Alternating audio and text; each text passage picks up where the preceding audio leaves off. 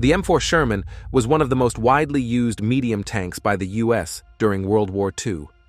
Officially known as the medium tank M4, it was employed not only by the U.S. Army and Marine Corps, but also by British, Canadian, and Free French forces. The Sherman was a versatile, general-purpose tank that continued to see use even after World War II. Many upgraded versions saw combat in various conflicts worldwide, including the Korean War, the Arab-Israeli Wars, the Vietnam War, and on both sides, during the Indo-Pakistani War of 1965. In today's video, we are taking a closer look at the M4 Sherman tank, highlighting its significant role and enduring legacy in military history. Let's dive in.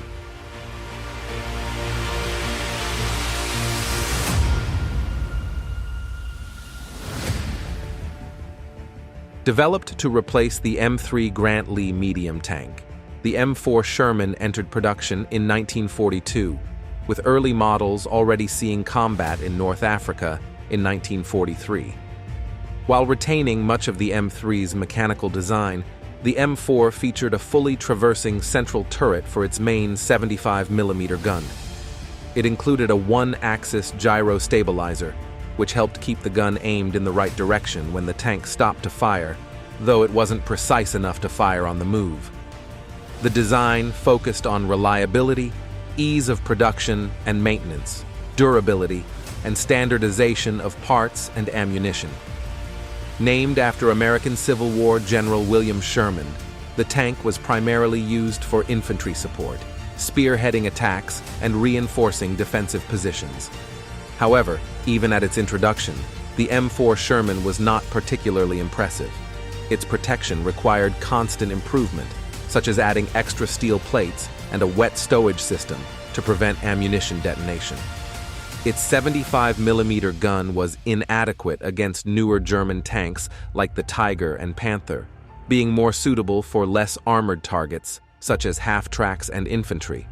Despite this, U.S. intelligence rated the Sherman as equal to the Panzer IV, underestimating the production of more advanced German tanks. So, why is the M4 tank so well known? The Sherman became famous and effective due to its sheer production volume. Efficient American manufacturing resulted in 50,000 Shermans being built between 1942 and 1945. Most went to the U.S. Army and Marine Corps, while 22,000 were supplied to other Allied forces. To maintain high production levels, design changes were minimized, ensuring assembly lines kept moving to meet the demand from various armies relying on American factories for their Shermans. The U.S. Army knew that German tanks were becoming larger and more powerful, but they faced significant challenges in matching this trend. German tanks on the Eastern Front could be transported by train, while American tanks had to be shipped across the ocean, which was more expensive and imposed design and production constraints. On the other hand, the U.S. Army viewed its tank force as part of a broader ecosystem of weapons, including infantry, artillery, and planes. Tanks were not meant to engage other tanks directly, but to exploit gaps in enemy lines, while infantry, airplanes, artillery, and tank destroyers handled enemy tanks. However, this strategy had flaws. Encounters with more powerful German Panthers and Tigers were inevitable. The Army's failure to accurately forecast German tank production, which was higher than expected, meant there were more enemy tanks on the battlefield than anticipated. However, this approach had already influenced the design of the Sherman. If the M4 wasn't intended for direct tank-to-tank combat, then it didn't need the largest gun or thickest armor. It simply needed adequate firepower, protection, and speed, together with mechanical reliability to advance long distances during a breakthrough without demanding extensive logistics and maintenance. With that said, the Sherman's finest hour came during the breakout from the Normandy bridgehead in July 1944. In just a month, Allied divisions equipped with the M4 had advanced 650 kilometers across France and the Low Countries, reaching the German border.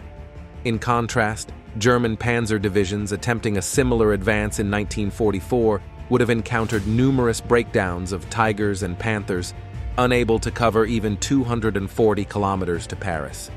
German and Soviet tanks simply couldn't match the Sherman's reliability during prolonged campaigns. While the Sherman may not have excelled in traditional tank metrics, it demonstrated that success on the battlefield isn't solely determined by technical specifications. Instead, the true measure of a tank's effectiveness lies simply in its ability to accomplish its mission. What do you think? Let us know in the comments below. And if you found this video interesting, make sure to give it a thumbs up and don't forget to subscribe to our channel.